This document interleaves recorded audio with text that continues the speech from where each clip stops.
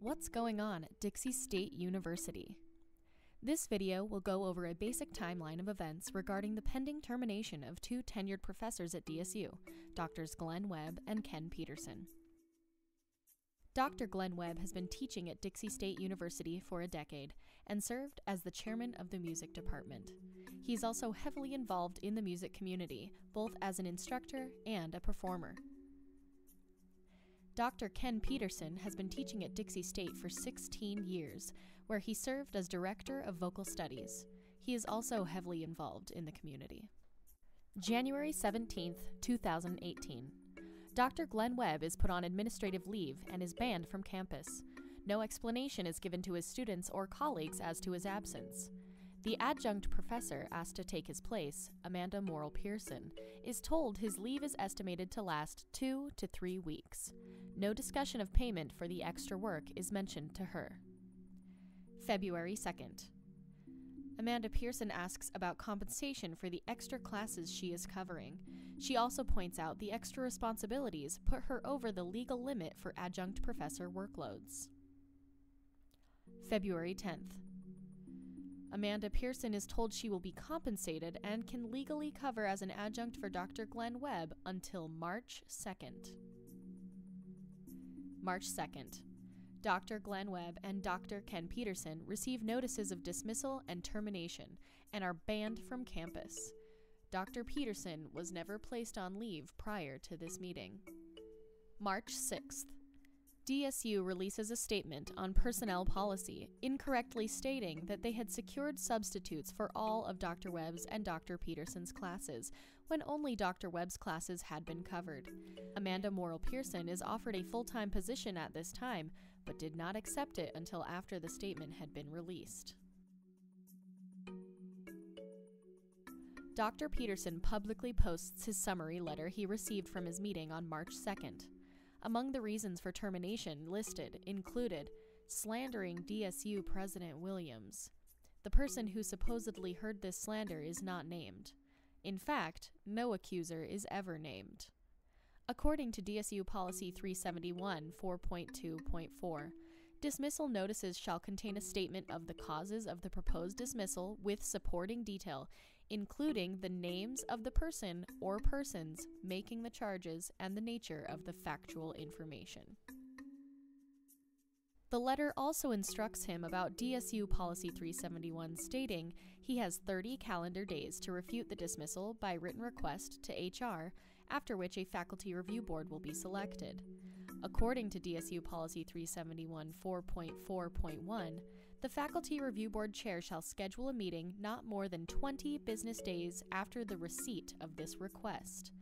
As stated in the letter, the Faculty Review Board has 20 business days after this meeting to release its findings, and finally, DSU's President, Richard Biff Williams, will review the findings of the Review Board and render a final decision within 10 business days of receiving the Faculty Review Board's decision.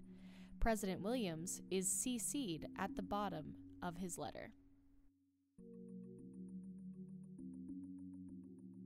While Dr. Glenn Webb has not published his own letter from DSU, the accusation against him has been confirmed by reliable sources. In an email to his son, Dr. Webb wrote one line stating his opinion on a recent tenure vote. Though the email never went beyond immediate family, Dr. Webb was accused of breaching confidentiality.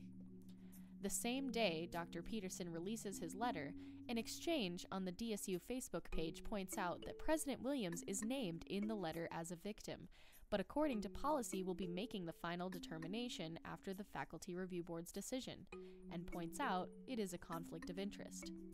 DSU responds to say, per policy, vice presidents issue terminations, and President Williams is not involved in the initial investigation, decision-making process, or termination in order to stay impartial for any potential appeal process. Because President Williams was not involved in the process, he didn't know he was mentioned in the termination letter until it was publicly shared. Again, President Williams was CC'd at the bottom of Dr. Peterson's termination letter. March 12th. Dixie State University corrects their previously released statement and acknowledges that they are still in the process of securing substitutes for Dr. Peterson's courses. March 15th. A substitute for Dr. Peterson's courses is finally secured. March 26th. Many past students and community members come together to hold the Pillars concert in honor and support of the two professors, who they considered to be pillars of the community. Hundreds attend the concert.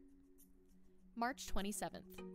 Dr. Webb submits his appeal within the 30 days outlined in DSU policy, and the next day, Dr. Peterson does the same. April 24th. The 20th business day passes without a faculty review board hearing being held or scheduled for Dr. Webb. And on April 25th, the 20th business day passes for Dr. Peterson as well. May 10th. Dr. Peterson and Dr. Webb get notices regarding their faculty review hearings. In these notices, they are informed that President Williams will not be issuing the final decision due to a possible conflict of interest. The final decision will be made by the Office of the Utah System of Higher Education. May 29th. A faculty review board hearing is held for Dr. Peterson. It lasts for 9 hours. May 31st. Dr. Webb's faculty review board hearing is held. It spans 2 days and lasts a total of 7.5 hours the first day and 5 hours the second day. June 21st. Dr. Ken Peterson's faculty review board recommends that he be reinstated. As of June 23rd, Dr. Glenn Webb is still awaiting his faculty review board decision. In conclusion, the accusations against Dr. Peterson consisted of slander and other unsubstantiated claims. No evidence or accuser was listed in his letter, which is a breach of DSU's own policy. Dr. Webb is accused of breaching confidentiality by sending his impression of how a tenure hearing went to his son serving a mission overseas, and that email remained between immediate family members. Both men had tenure and had never had any disciplinary action in all the years they worked at DSU until this incident. Both are widely loved and respected for their high moral character, their value as educators, and their contributions to their community. While trying to terminate these men over minor policy violations at best, DSU has violated many more of its own policies in the process. This begs the question, why is DSU trying so hard to terminate their valuable tenured professors?